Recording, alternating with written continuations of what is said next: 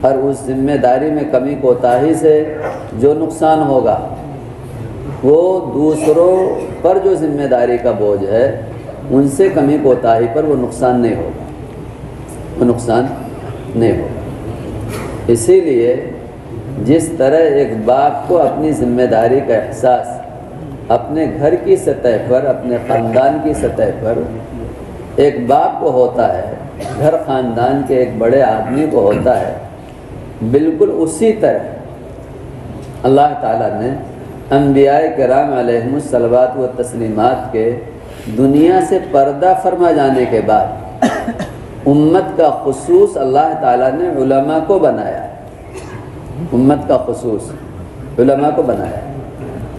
تعداد ان کی کم ہوگی لیکن اللہ تعالیٰ نے امت کا خصوص ہونے کے ناطے جو ذمہ داری انبیاء کرام علیہم الصلوات و تسلیمات پر ڈالی تھی، اللہ تعالیٰ نے وہی ذمہ داری ان کی طرف منتقل کی، وہی ذمہ داری ان کو ذمہ داری نبھانا اور سب کو ذمہ داری پر لانا، یہ ان کی بنیادی ذمہ داری ہے۔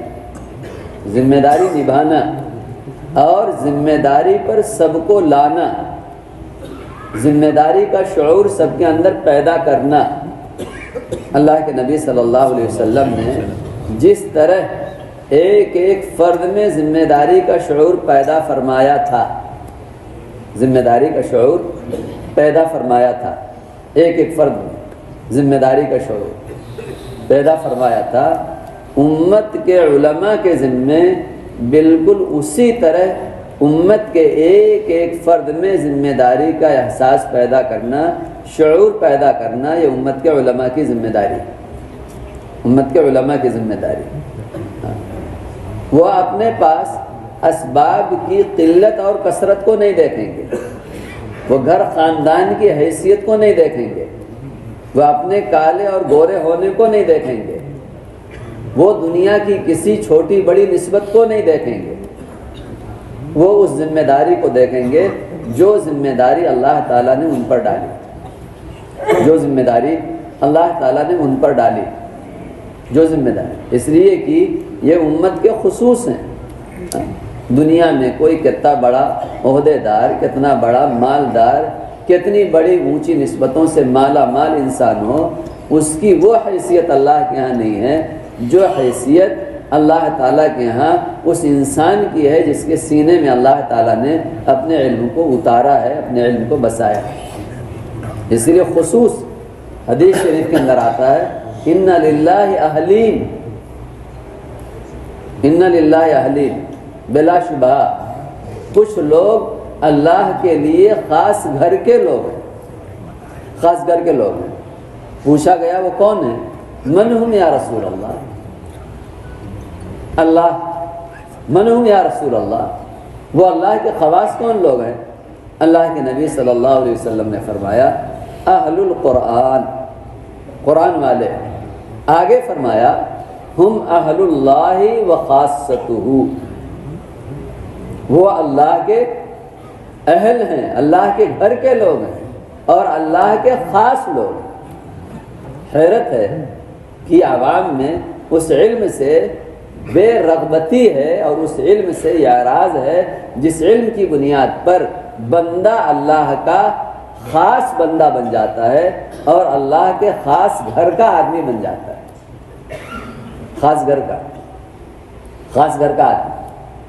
تو میں عرض کر رہا تھا ایک ہے امت کا عموم، ایک ہے امت کا خصوص۔ امت کے خصوص علماء ہیں اور امت کے خصوص وہ طلبہ ہیں جو دینی علوم کو حاصل کرنے میں مشغول ہیں۔ اب ان کا تعلق عوام سے کیسا ہونا چاہیے؟ جیسے باپ کا تعلق اپنی اولاد سے ہوتا ہے، باپ کا تعلق، عوام کا تعلق ان سے کیسا ہونا چاہیے؟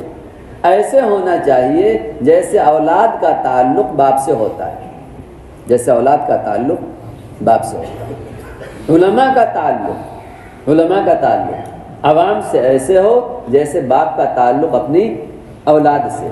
رات دن کی تگ و دو، رات دن کی محنت کوشش اس کی اپنی اولاد کے لیے، رات دن کی محنت کوشش. علماء کی رات دن کی محنت کوشش کیا ہو؟